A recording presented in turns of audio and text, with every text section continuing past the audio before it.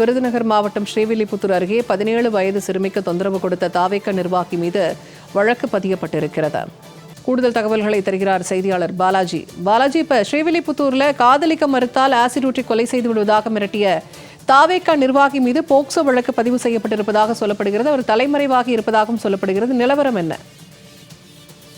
வணக்கம் பூர்ணிமா. விருதுநகர் மாவட்டம் ஸ்ரீவில்லிபுத்தூர் அருகே உள்ள கழுக்குளம் பேரூராட்சியை சேர்ந்த தமிழக வெற்றி கழக பேரூராட்சி இணைச் செயலாளர் ஜோசப் என்பவர் பகுதியில் உள்ள 17 வயது சிறுமியை தன்னை காதலிக்குமாறும் ஒரு தலைப்பட்சமாக தொடர்ந்து தொந்தரவு செய்துள்ளார். மேலும் சிறுமி அருகே உள்ள கடைகளுக்கு சென்று வரும்போதெல்லாம் ஜோசப் துரத்தி வந்து பேசுவதாகவும் தன்னை காதலிக்க மறுத்தால் ஆசிட் ஊற்றி கொலை செய்து விடுவதாக மிரட்டியதாகவும் தனது பெற்றோரிடம் சிறுமி தெரிவித்துள்ள நிலையில் பெற்றோர்கள் ஸ்ரீவில்லிபுத்தூர் மகளிர் காவல் நிலையத்தில் புகார் அளித்ததன் பேரில்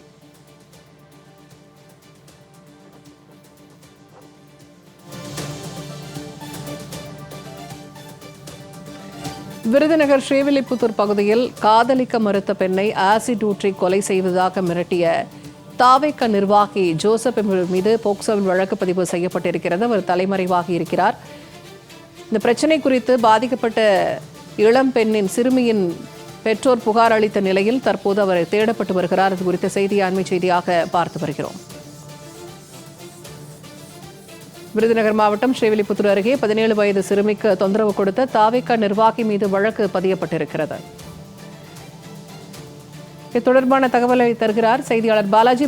இணைப்பில் இருக்கீங்க. இந்த சிறுமிக்கு கொலை மிரட்டல் விடுத்த விஷயம் தொடர்பாக பெற்றோர் அளித்த புகாரின் அடிப்படையில் தாவேக நிர்வாகி மீது வழக்கு பதியப்பட்டிருக்கிறது. இது குறித்தான விவரங்கள் என்ன?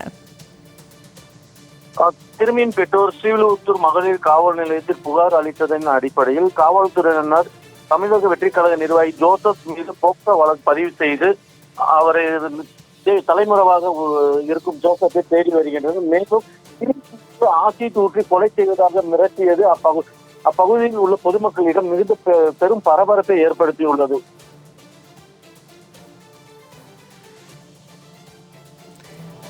தகவல்களை வழங்கியமைக்க நன்றி பாலாஜி.